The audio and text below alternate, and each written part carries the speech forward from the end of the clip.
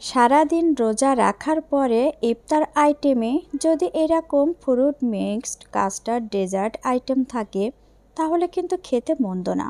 এটা খেতে কিন্তু অসম্ভব টেস্টি।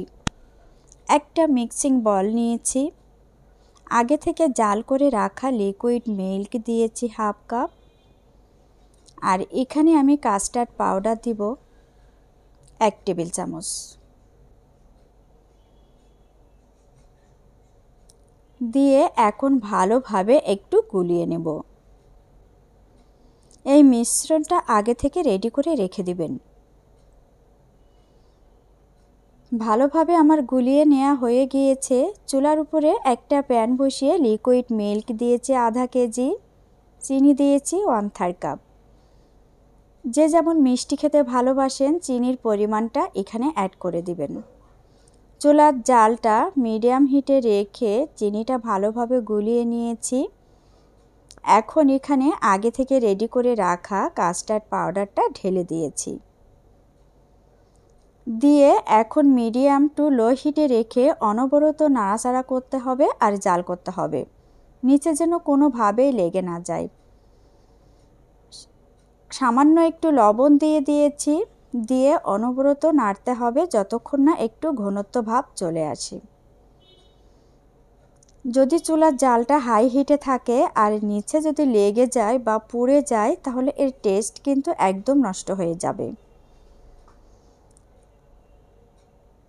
একটু হাতে সময় নিয়ে করবেন, দেখবেন টেস্ট অনেক সুন্দর হবে। ক্রিমটা আমার রেডি হয়ে গিয়েছে, নামিয়ে নিয়েছি। নামিয়ে একটু ঠান্ডা করে নেব। উপরের জন্য শক্ত না হয়ে যায় এজন্য ফ্যানের নিচে অনবরত নাড়াচাড়া করে একটু ঠান্ডা করে নিচ্ছি। এখন 3টা বাটি নিয়েছি, আমার ফ্যামিলি মেম্বার যেহেতু 3 জন এজন্য 3টা বাটি নিয়েছি। আর এখানে মিক্সড ফ্রুট সালাদটা আমি রেডি করে নিয়েছি। এখানে আঙ্গুর নিয়েছি, কলা নিয়েছি, আপেল নিয়েছি, আনার নিয়েছি।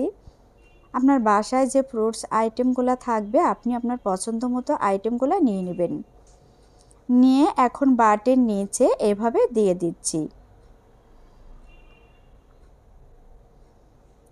যে ক্রিমটা আগে থেকে রেডি করে রেখে দিয়েছিলাম সেই ক্রিমটা এখানে ঢেলে দিচ্ছি।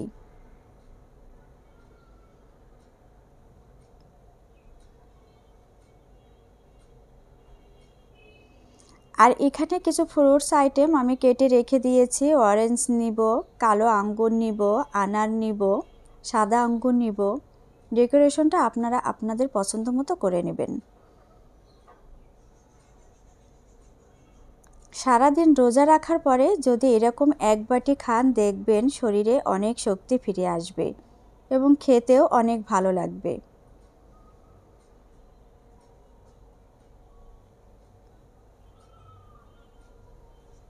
এখন এখানে একটু দিয়ে দিচ্ছি আনার। তো সবাই ভালো থাকবেন, আল্লাহ হাফেজ।